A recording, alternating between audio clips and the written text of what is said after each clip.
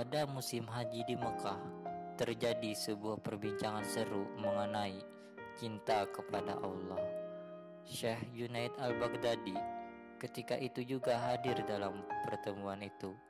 Al-Baghdadi yang paling muda umurnya di antara mereka, salah seorang dari mereka berkata, "Wahai orang Irak, engkau juga berhak memberikan penjelasan mengenai masalah ini."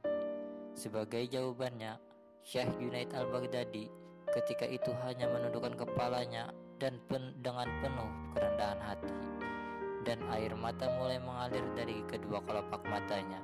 Kemudian ia berkata, "Hamba yang betul-betul cinta kepada Allah adalah hamba yang telah menceraikan hawa nafsunya," kata Syekh al-Baghdadi.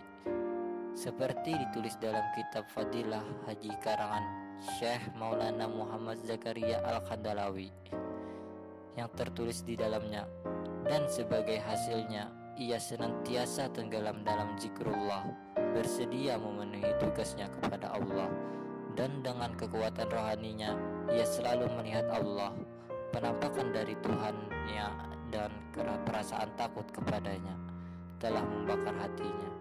Ia mereguk minum cinta sejati dari Tuhannya, dan Allah yang Maha Perkasa telah menyikapkan hijabnya sehingga menjadi jelas kepadanya.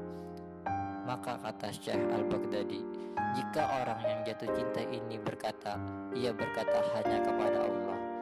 Jika ia berkata-kata, kata-kata itu dari Allah. Jika ia melakukan apa saja, apa yang ia lakukan itu merupakan perintah Allah. Jika ia diam, diamnya itu atas perintah Allah. Ia selalu berhubungan dengan Allah setiap saat, hanya untuk Allah, dan hanya untuk Allah, kata Syekh Junaid al-Baghdadi.